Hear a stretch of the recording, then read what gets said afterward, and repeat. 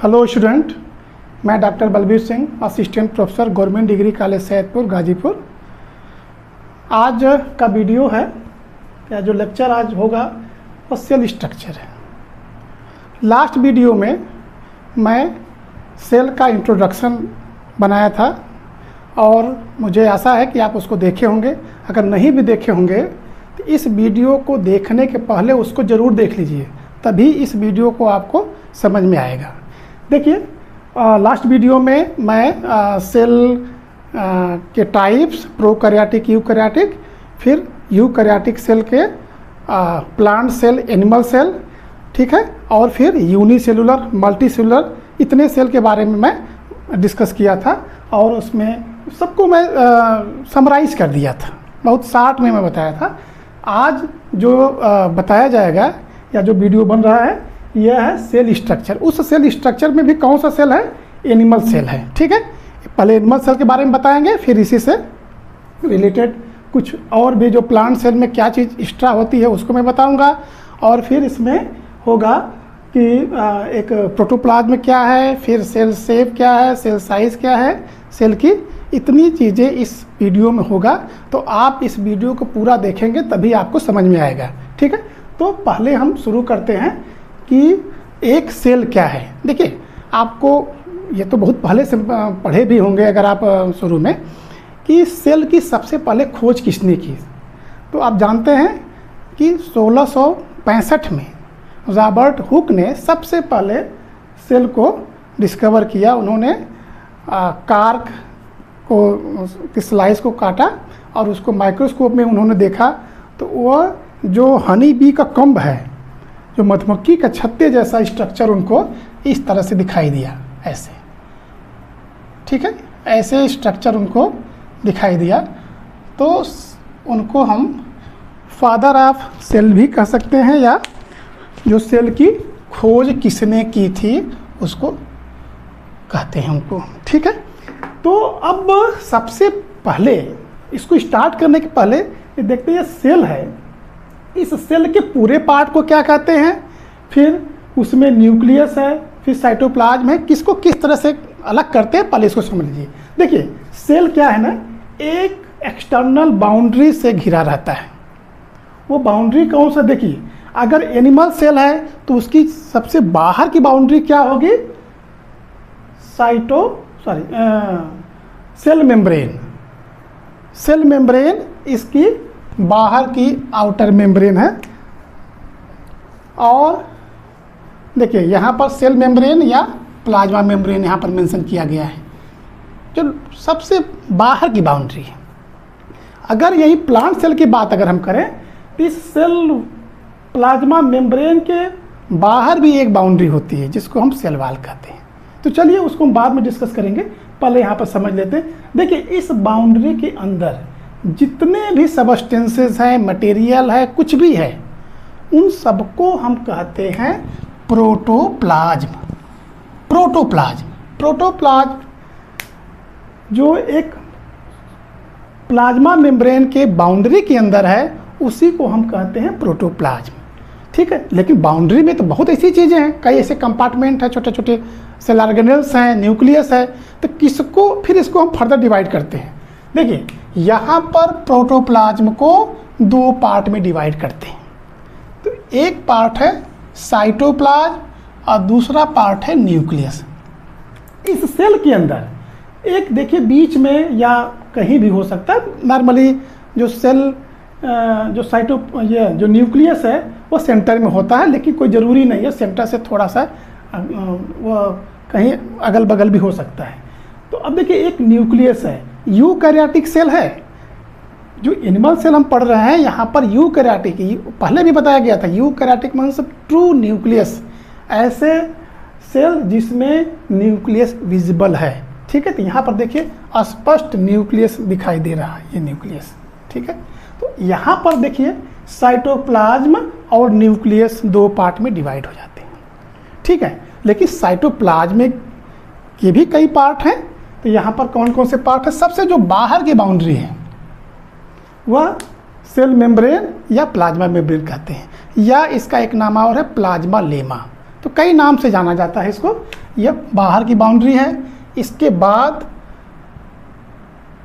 Cell organelles, इसके cell के अंदर न्यूक्लियस के बाहर या न्यूक्लियोप्लाज्म के बाहर और प्लाज्मा मेम्ब्रेन के अंदर कुछ सेल ऑर्गेनेल्स होते हैं जो इसके मेटाबॉलिज्म को कंट्रोल करते हैं। ठीक है, तो उसको हम कहते हैं सेल ऑर्गेनेल्स। इसको भी अभी मैं बताऊंगा आपको। इसके बाद है cell fluid. Cell fluid plasma membrane सबसे बाउंड्री हो गई, एक्सटर्नल बाउंड्री हो गई। सेल ऑर्गेनेल्स हैं। सेल ऑर्गेनेल्स के अलावा सेल फ्लूइड है। इस सेल फ्लूइड में क्या क्या चीज़ें होती हैं? सेल फ्लूइड में बहुत ऐसी चीज़ें होती हैं। ऑर्गेनिक, इनऑर्गेनिक सब्सटेंसेस होते हैं, कॉन्स्टिट्यूएंट होते हैं।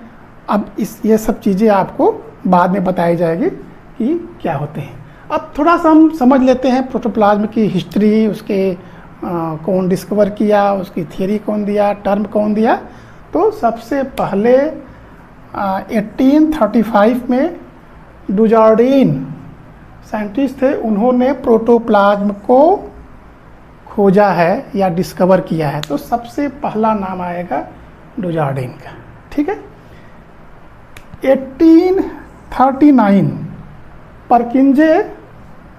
परकिंजे ने प्रोटोप्लाज्म शब्द दिया है, वर्ड दिया है। देखिए यहाँ पर डुजार्डिन ने डिस्कवर किया इस प्रोटोप्लाज्म को, लेकिन नाम कौन दिया? तो नाम दिया परकिंजे ने। ठीक है। फिर 1868 इस प्रोटोप्लाज्म को डिफाइन किया, एक तरह से डिफिनीशन दिया उसको कि यह क्या है, फिजिकल बेसिस ऑफ लाइफ। यह एक आधारभूत रचना है, जीवन का आधारभूत रचना है। और यह जो प्रोटोप्लाज्म है वह लिविंग है, जीवन है, जीवित है। इसका मतलब यह है कि जो सेल है इसमें ग्रोथ हो सकती है, सेल डिवाइड हो सकती है, और इसमें कई ऐसे मेटाबॉलिज्म प्रोसेस होती है। बहुत ऐसी चीज़ें इसमें होती है सेल के अंदर। सेल ही तो हमारा जीवन है, सेल ही तो बेसिक स्ट्रक्चर है। आप देखिए कोई भी जीवन है, आप पूरे पृथ्वी पर देखते हैं जो जीवन है, चाहे वो प्रोकैरियोट है, यूकैरियोटिक है, यूनिसेलुलर, मल्टीसेलुलर, उसका बेसिक स्ट्रक्चर क्या है? बेसिक स्ट्रक्चर है सेल। अब अलग अलग टाइप के सेल हैं तो अलग अलग तरह से हम उसको डिस्क्राइब करते हैं। चलिए, अब यहाँ पर ये चीज़ें हो गए प्रोटोप्लाज्म के बारे में। यह सेल कितने पार्ट में डिवाइड है। ठीक है, तो सबसे बाहर की बाउंड्री प्लाज्मा मेम्ब्रेन, उसके बाद इसके अंदर सेल ऑर्गेनेल, सेल ऑर्गेनेल के अंदर जो और भी सेल फ्लूइड्स हैं, सेल फ्लूइड, और बीच में न्यूक्लियस है। ठीक है, ये न्यूक्लियस है।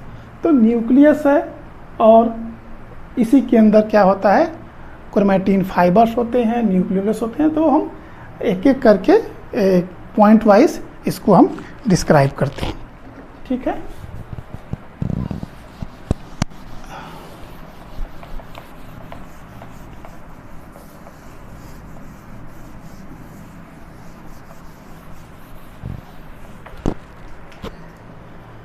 देखिए प्लाज्मा मेम्ब्रेन,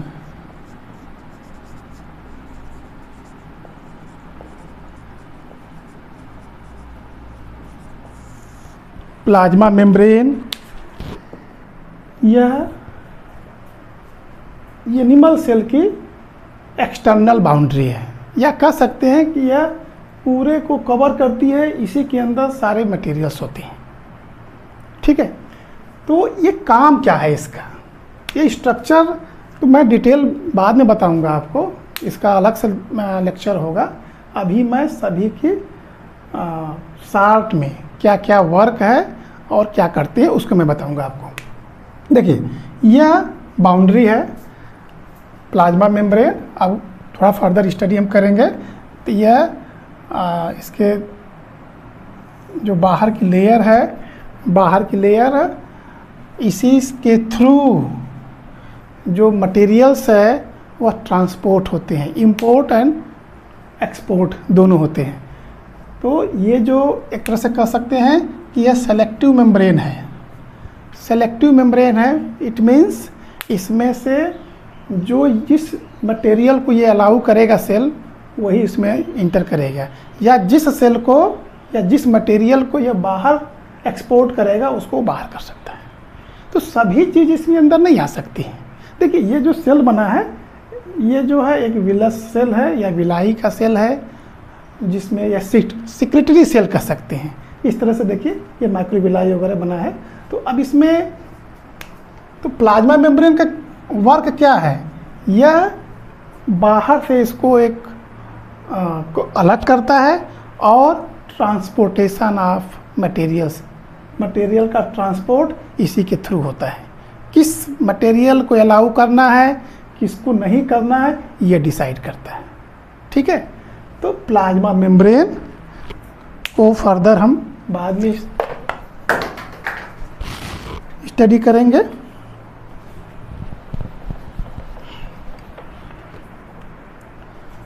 फिर इसको एक चीज़ और इसमें देखते हैं कि अब देखिए यहाँ पर है फाइगोसाइटोसिस या वेसिकल फार्मिंग। यहाँ पर एक्सोसाइटोसिस ऑफ सिक्रीशन। तो ये है क्या, ये कैसे सिक्रीशन हो रहा है, इसको अभी मैं बताऊंगा। तो सबसे पहले यहाँ पर ये हो गया सेल ऑर्गेनेल्स। सेल ऑर्गेनेल्स में देख लेते हैं। सबसे जो पहला है, अगर हम स्टडी कर रहे हैं तो यह है इंडोप्लाज्मिक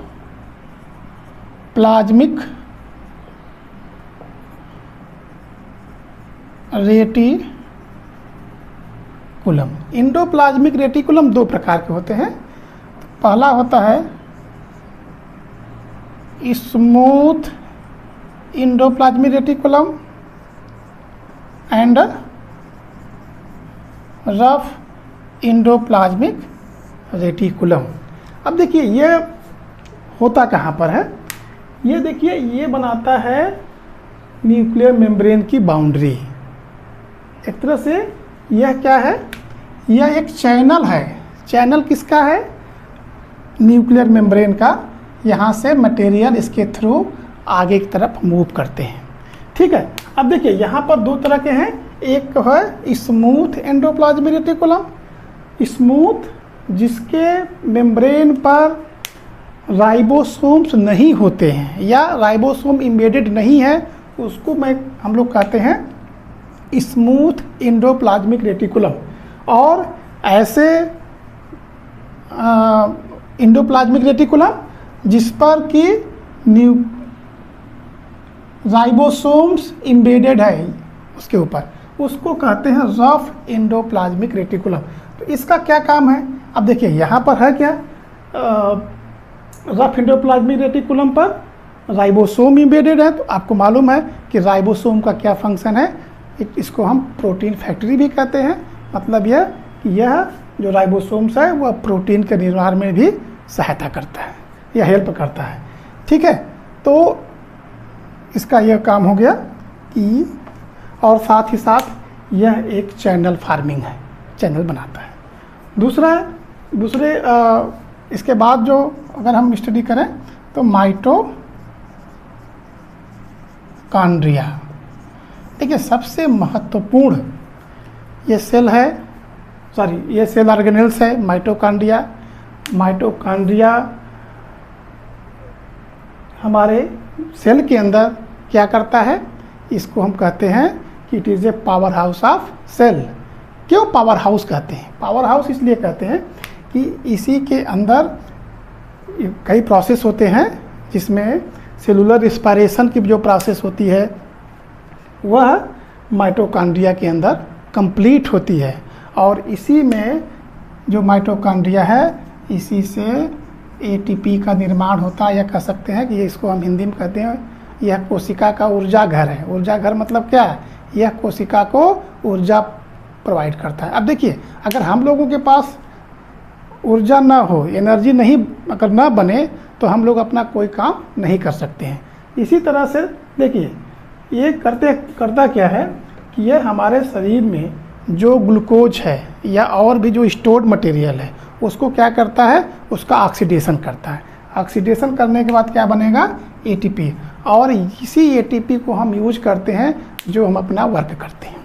ठीक है, तो सबसे महत्वपूर्ण इसका है कि यह एटीपी का निर्माण करता है और फिर इससे हम लोग अपना काम करते हैं।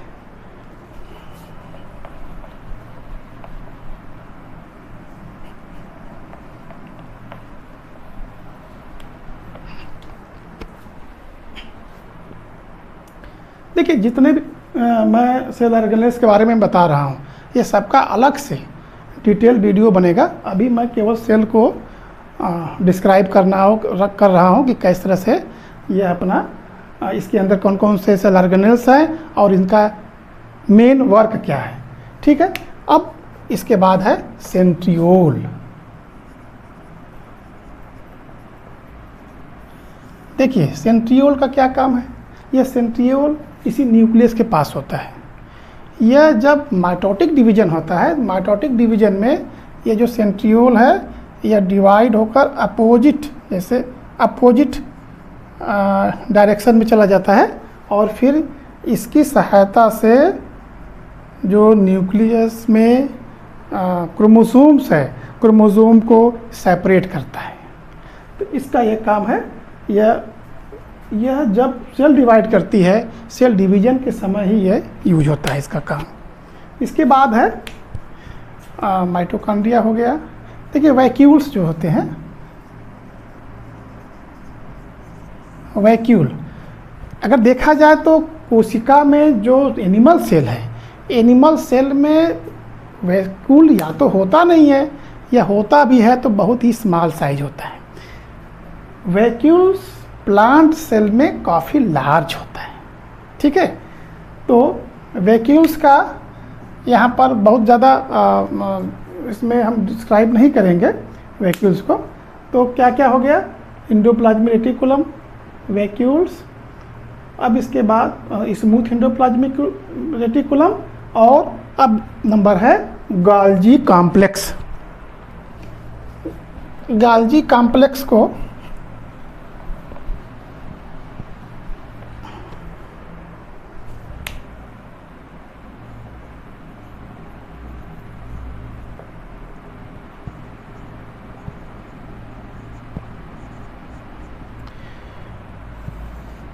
इसको कैमिलियो गोल्जी ने सर्च किया था, इसको डिस्कवर किया था और उन्हीं के नाम पर यह गोल्जी है। देखिए, इसका निर्माण होता है, इसका फॉर्मेशन होता है स्मूथ एंडोप्लाज्मिक रेटिकुलम से। यह भी एक तरह से सेल के अंदर जो चैनल है, चैनल फार्मिंग का काम है। अब देखिए, यहाँ पर इस पोर्शन को हम देख सकते हैं गोल्जी कॉम्प्लेक्स के कि यहाँ पर क्या है, इसको हम बोलते हैं फार्मिंग फेस और इसको बोलते हैं मैच्योरिंग फेस। मतलब इसका मतलब यह हुआ कि यहाँ से यह वेसिकल्स और से फार्म हो रहा है और फिर सिस्टर्नी बन रहा है। सिस्टर्नी से फिर यहाँ पर यह देखिए एक गोल्जी वेसिकल्स फार्म हो रही है। इट इज सेक्रेटरी वेसिकल्स, यह सिक्रीशन करती है। और देखिए, तो चैनल क्या बना, न्यूक्लियस, न्यूक्लियस के बाद endoplasmic reticulum, smooth endoplasmic reticulum, फिर उसी से कनेक्टेड है गोल्जी कॉम्प्लेक्स। ठीक है, तो गोल्जी कॉम्प्लेक्स का काम है, यह लिपिड फॉर्मेशन है और साथ ही साथ ये क्या करता है कि सिक्रीशंस का एक चैनल फॉर्म करता है। और जब अगर इसको हम देखें स्पर्मेटोजोआ में, तो स्पर्मेटोजोआ के टिप पर एक क्रोमोसोम का फॉर्मेशन होता है। तो उस समय जब स्पर्मेटोजोआ फॉर्म होता है तो यह गोल्जी कॉम्प्लेक्स कन्वर्ट होकर के ये क्या बनाती है, एक क्रोमोसोम। ठीक है, और यह एक क्रोमोसोम स्पर्म में, यह स्पर्म ही है, ओवम के पेनिट्रेशन में हेल्प करता है। ये सब बाद में आपको डिटेल में बताया जाएगा, सारी चीज़ें बताई जाएगी। आज केवल शार्ट में सब कुछ डिस्क्राइब किया जा रहा है। ठीक है, अब इसके बाद है लाइसोसोम। लाइसोसोम्स, देखिए इसको कहते हैं सुसाइडल बैग ऑफ सेल या आत्महत्या की थैली। क्यों कहते हैं? यह चीज़ें हम आपको बाद में बताएंगे, क्योंकि सेल के अंदर जो सेल ऑर्गेनेल्स हैं, कभी कुछ ऐसी कंडीशंस आती है, उस कंडीशन में क्या होता है कि जो सेल ऑर्गेनेल्स है इस लाइसोसोम के अंदर आकर के अपने अस्तित्व को समाप्त कर लेते हैं। वह कुछ कंडीशंस ऐसी होती है, जब आपको लाइसोसोम डिटेल बताया जाएगा तो उसमें primary lysosome, secondary lysosome, tertiary lysosome, residual lysosome, ये सभी के बारे में आपको डिटेल बताया जाएगा ये क्या करता है। और एक काम इसका और है, यह जो फैगोसोम एंड पाइनोसोम, जो भी बाहर से कुछ ऐसे सबस्टेंसेस आते हैं सेल के अंदर, एक तरह से कह सकते हैं वो फूड के रूप में उसको यह डाइजेस्ट भी करता है। तो कई इसके वर्क हैं, अलग अलग इसके फंक्शन हैं, ये सभी आपको बाद में बताया जाएगा। तो लाइसोसोम हो गया, इसके बाद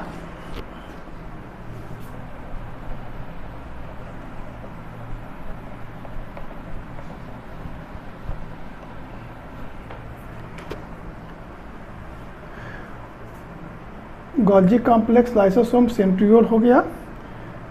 अब इसके बाद है,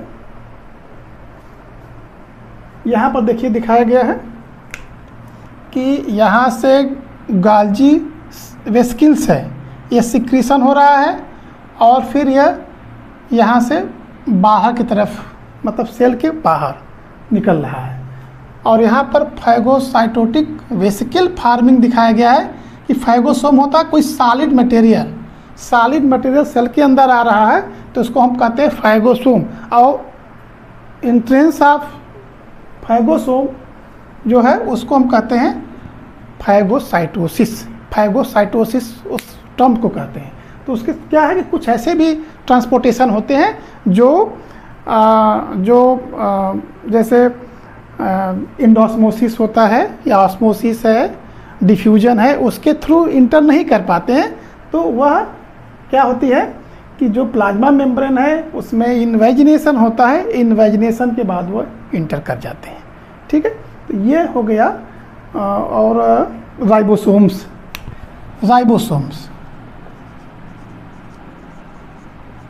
नेक्स्ट है राइबोसोम। देखिए इसमें 80S टाइप का राइबोसोम होता है, 80S, और जब इसको आप डिवाइड करेंगे सब डिवीजन तो 60S एंड 40S।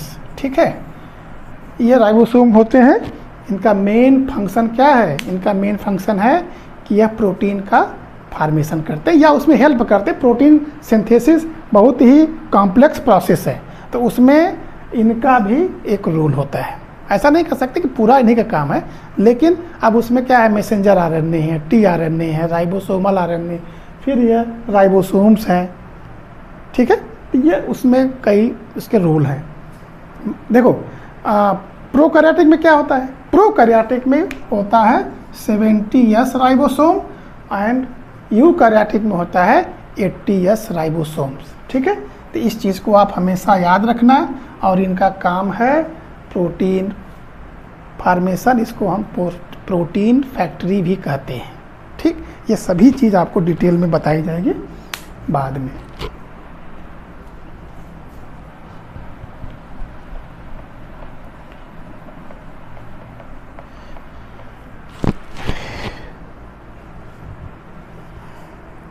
ठीक है, अब जो प्रोटोप्लाज्म का दो पार्ट था, एक था साइटोप्लाज्म, दूसरा था न्यूक्लियस। तो अब हम यहाँ पर न्यूक्लियस को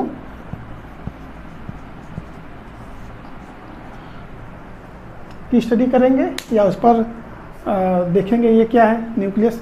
देखिए सबसे इम्पॉर्टेंट पार्ट किसी भी सेल का, जो सबसे महत्वपूर्ण पार्ट है उसका, वैसे तो सारे सेल ऑर्गेनेल्स हैं, सेल ऑर्गेनेल्स तो सारे हैं, अगर कोई भी नहीं रहे, अगर उसमें से किसी एक भी सेल ऑर्गेनेल्स अगर न हो या कम हो, उसकी संख्या नंबर कम हो जाए, तो वो प्रॉब्लम क्रिएट हो सकती है सेल के अंदर। लेकिन उसमें जो न्यूक्लियस है, एक तरह से कह सकते हैं कि पूरे सेल का अस्तित्व है, एग्जिस्टेंस इसी न्यूक्लियस के अंदर ही है। तो अब देखिए यहाँ पर हम अलग अलग इसको पार्ट इसके हैं न्यूक्लियस के, तो इसको हम डिस्क्राइब कर रहे हैं। सबसे बाहर की बाउंड्री है, इस बाउंड्री को कहते हैं न्यूक्लियर एनवेलप। ठीक है, तो एक बाउंड्री सेल की कौन सी है? Plasma membrane. दूसरी बाउंड्री न्यूक्लियस के अंदर है, इसे कहते हैं न्यूक्लियर मेम्ब्रेन या न्यूक्लियर एनवेलप। ठीक है, लेकिन ये एनवेलप कंप्लीटली क्लोज्ड नहीं होता है, उसमें क्या है, जगह जगह क्या होते हैं, पोर, तो उसको बोलते हैं न्यूक्लियर पोर। अब इस न्यूक्लियर पोर का क्या काम है? तो न्यूक्लियस के अंदर, न्यूक्लियस और या कह सकते हैं न्यूक्लियोप्लाज्म एंड साइटोप्लाज्म के बीच में ये जो पोर्शन है पूरा क्या है, न्यूक्लियोप्लाज्म, और ये क्या है, साइटोप्लाज्म। इनके बीच में जो ट्रांसपोर्टेशन है या कम्युनिकेशन का काम जो है, यह न्यूक्लियस या न्यूक्लियर पोर करता है, कम्युनिकेशन। ठीक है, अब इसके अंदर और क्या क्या चीज़ें हैं? अब देखिए, ये है न्यूक्लियोप्लाज्म, फिर है न्यूक्लियोलस। न्यूक्लियोलस भी इसके अंदर पाया जाता है। न्यूक्लियोलस का फंक्शन है, यह राइबोसोमल आरएनए का फॉर्मेशन करता है। ठीक है, राइबोसोमल आरएनए,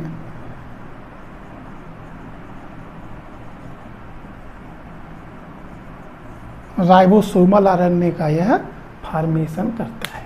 ठीक, अब इसके बाद हम देखते हैं और क्या है, क्रोमैटिन फाइबर।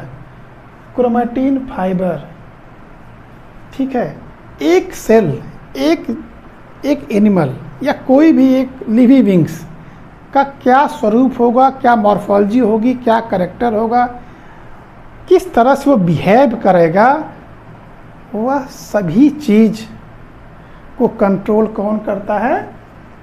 क्रोमैटिन फाइबर या क्रोमोसोम्स करते हैं। एक सेल कैसी होगी, एक एनिमल सेल या प्लांट सेल या कोई सेल कैसी, उसका मॉर्फोलॉजी, इंटरनल एक्सटर्नल कुछ भी, जो भी चीज़ें हैं, उसका अस्तित्व, वो सभी को कंट्रोल करता है क्रोमैटिन फाइबर, क्रोमैटिन फाइबर या क्रोमोसोम्स।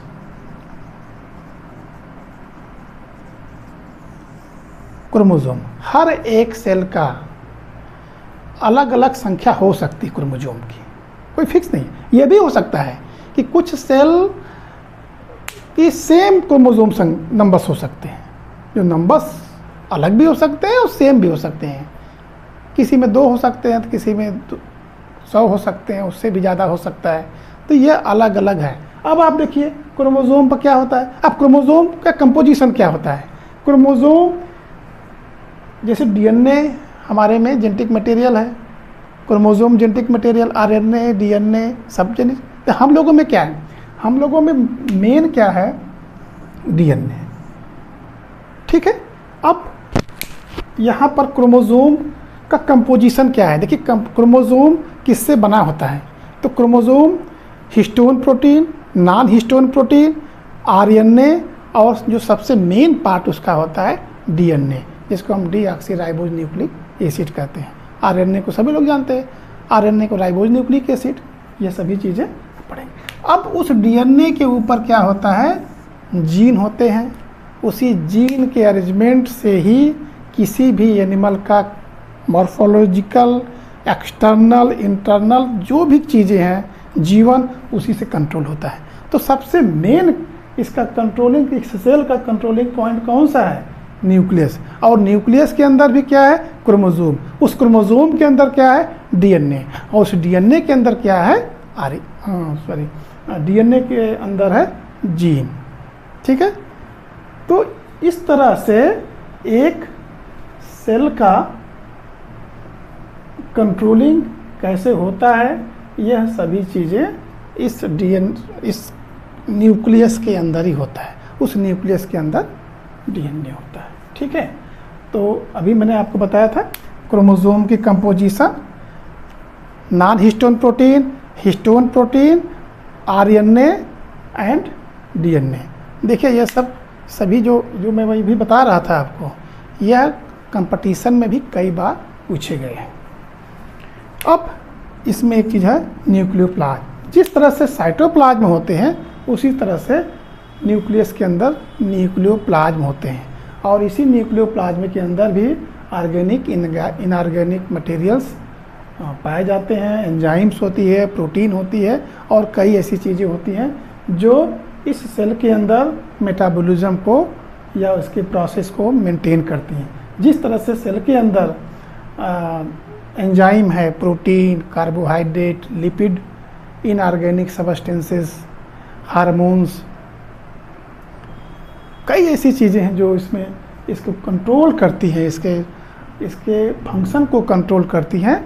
उसी तरह से न्यूक्लियस के अंदर भी न्यूक्लियोप्लाज्म होता है और न्यूक्लियस के फंक्शन को कंट्रोल करती है।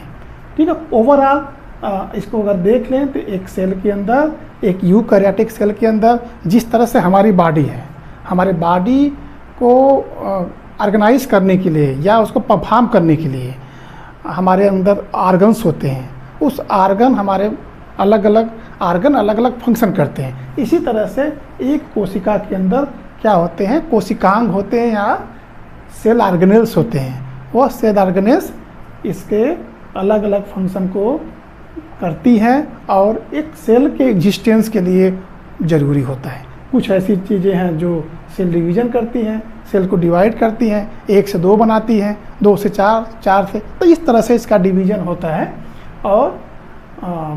और एक सेल के अंदर ग्रोथ भी होगी, और उनकी अगर मल्टी सेलुलर हैं तो वो उनकी ग्रोथ होगी, वो डेवलपमेंट होगा।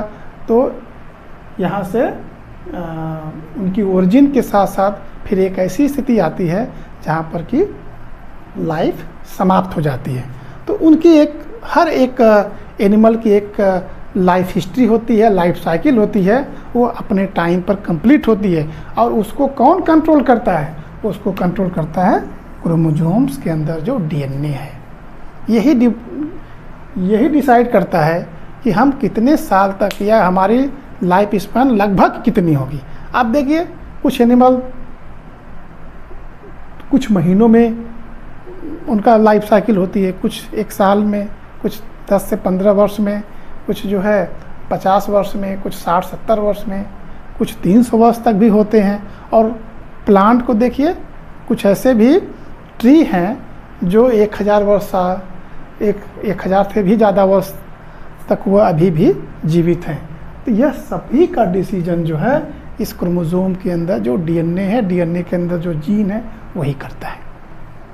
ठीक है, तो आप इसको चाहे तो इसका आप एक फ़ोटो ले सकते हैं या फिर उसको आप किसी भी तरह से आप इसको कर सकते हैं और इसको देखिए। इस वीडियो को आपने देखा, लेकिन इस वीडियो के पहले जो मेरा सेल का इंट्रोडक्शन है उसको भी आप देखिएगा और फिर आपको ये समझ में आएगा। अब देखिए, थोड़ा सा इसमें और हम बता दें, क्योंकि मेरा मेन फोकस एनिमल सेल पर था, लेकिन अगर इसी को हम प्लांट सेल में कन्वर्ट कर दें तो प्लांट सेल में क्या क्या चीज़ें हो सकती हैं। प्लांट सेल में कुछ चीज़ें इसमें बढ़ जाएंगी। अभी तो ये सभी जो भी चीज़ें एनिमल सेल, अब देखिए प्लांट सेल में क्या होगा। प्लांट सेल में एक बाहर की बाउंड्री हो जाएगी जो सेल वॉल, प्लांट सेल सबसे बाहर की बाउंड्री क्या हो जाएगी, सेल वॉल। और एनिमल में सबसे बाहर की बाउंड्री क्या होगी, प्लाज्मा मेम्ब्रेन। ठीक है, तो यह अंतर है प्लांट सेल और एनिमल सेल में। दूसरा इसमें है क्लोरोप्लास्ट, जो एनिमल सेल में नहीं पाई जाती है। तो प्लांट सेल में मैं यहाँ पर वही चीज़ लिख रहा हूँ जो केवल प्लांट सेल में पाई जाती है, एनिमल सेल में नहीं पाई जाती है। तो दूसरा है क्लोरोप्लास्ट। तो इसी क्लोरोप्लास्ट के सहायता से यह अपना भोजन, ग्रीन प्लांट है, ग्रीन होते हैं और अपना भोजन बनाते हैं, इसीलिए ये होते हैं ऑटोट्रॉपिक, और एनिमल होते हैं हेटेरोट्रॉपिक। ठीक है, स्वपोषी परपोषी, जो अपना भोजन बना ले वह स्वपोषी। तो जितने भी प्लांट हैं, देखिए ऐसा नहीं है कि प्लांट के सारे मेंबर अपना भोजन बनाते हैं। प्लांट वही प्लांट जो ग्रीन है, ग्रीन प्लांट ही। अब देखिए अगर आप फर्दर स्टडी करेंगे तो फंगस को भी प्लांट में ही हम लोग स्टडी करते हैं। तो लेकिन फंगस अपना भोजन नहीं बनाता है क्योंकि उसके अंदर क्लोरोफिल नहीं होता है। अब वैक्यूल्स लार्ज पाया जाता है, लार्ज वैक्यूल्स होते हैं एनिमल सेल में, या तो काफ़ी स्मॉल होगा या एब्सेंट होता है। ठीक है, तो ये एक है। इसके साथ ही साथ इसमें सेंट्रियोल एब्सेंट होता है।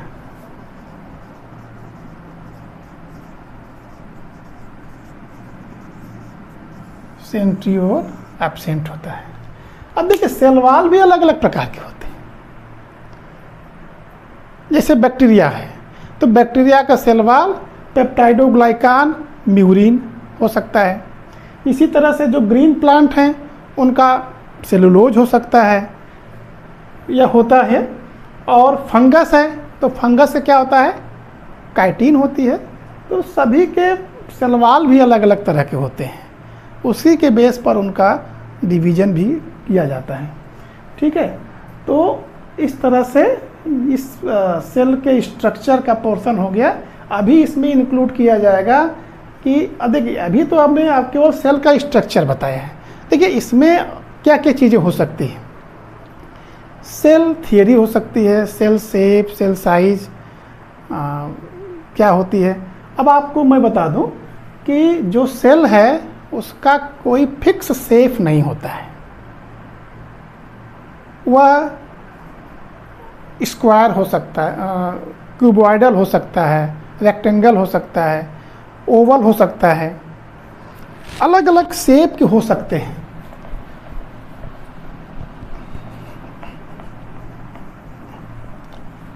सेल का जो शेप है ना, शेप कोई फिक्स ही नहीं है सेल का। क्योंकि देखिए एनिमल सेल का शेप तो फिक्स होता है क्योंकि उसमें रिजिड सेल वॉल पाई जाती है। ये सेल वॉल होती है प्लांट सेल में, एनिमल सेल में नहीं होती है। तो उनका शेप फिक्स हो सकता है क्योंकि एनिमल सेल में सेल वॉल नहीं पाई जाती है, इसलिए इनका जो शेप है वह फिक्स नहीं है। तो राउंडेड हो सकते हैं, क्यूबॉइडल हो सकता है, ओवल हो सकता है, अलग अलग शेप।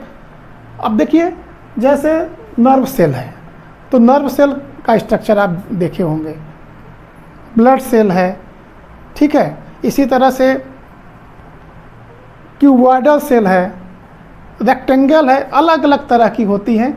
उसके बेस पर उसका हम शेप को समझते हैं। इसी तरह से साइज इसकी माइक्रान में भी हो सकती है। लेकिन कुछ ऐसी भी सेल हैं जो एक ही सेल है काफ़ी लंबी होती है, जैसे एसिटिबुलम है या एग है। एग भी एक तरह का सेल है, कितना लार्ज होता है। तो लगभग सेल होता है 10 to 100 माइक्रोमीटर, एक नॉर्मल होता है। लेकिन इसके बियॉन्ड भी सेल की साइज होती है। अगर साइज की बात हम करते हैं, सेल की साइज ये भी होती है।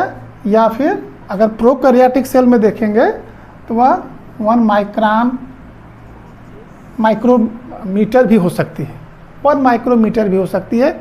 बहुत सूक्ष्म से लेकर लार्ज सेल भी, कुछ ऐसी एल्गी की सेल है जो काफ़ी लंबी है, वो लगभग 60 सेंटीमीटर भी लंबी है। तो अलग अलग शेप है, अलग अलग साइज है सेल की। यह वेरी करता है अलग अलग प्लांट में। वो डिपेंड करता है कि सेल की जो टिश्यू है वो किस जगह है, सेल कहाँ पर है, उसके बेस पर सेल का शेप एंड साइज जो है वह बनते हैं। इसी तरह से डिफरेंट टाइप के और भी इसमें हम इंक्लूड कर सकते हैं। किसी सेल में माइटोकॉन्ड्रिया की संख्या ज़्यादा होती है, किसी में कम होती है। वो डिपेंड करता है कि वह सेल कैसी है। कोई सेल में किसी किसी सेल में गोल्जी कॉम्प्लेक्स की संख्या ज़्यादा रहती है, किसी सेल में सेक्रेटरी वेसिकल से लाइसोसोम की संख्या अधिक होती है। वो डिपेंड करता है कि उनका फंक्शन क्या है। तो फंक्शन के बेस पर भी जो सेल ऑर्गेनेल्स हैं उनके नंबर्स वेरी करते हैं, है ना। तो मैक्सिमम तो सेल जो है सिंगल न्यूक्लियस का होता है, लेकिन अब आप जैसे पैरामीशियम को देखिए, तो पैरामीशियम में एक मैक्रो 1 माइक्रो, तो 2 भी सेल न्यूक्लियस हो सकता है, 2 से अधिक भी न्यूक्लियस हो सकते हैं। तो न्यूक्लियस की संख्या भी अलग अलग होती है, सेल पर डिपेंड करता है कि कौन सी सेल है, ठीक है। तो इस तरह से इसका आप फर्दर स्टडी करिए और इस वीडियो को देखिए, लाइक करिए, सब्सक्राइब करिए। तो इस तरह से मैं इसको समाप्त कर रहा हूँ। इसके बाद का भी जो आएगा वीडियो, उसमें अलग अलग सेल ऑर्गेनेल्स जैसे प्लाज्मा मेम्ब्रेन है, mitochondria, ribosome, Golgi complex, endoplasmic reticulum, सभी पर अलग अलग वीडियो बनेगा, डिटेल वीडियो बनेगा, उसमें आपको और समझ में आएगा। अभी यह एक सिंपल सा आपको सेल स्ट्रक्चर के बारे में बताया गया है, ठीक है। धन्यवाद।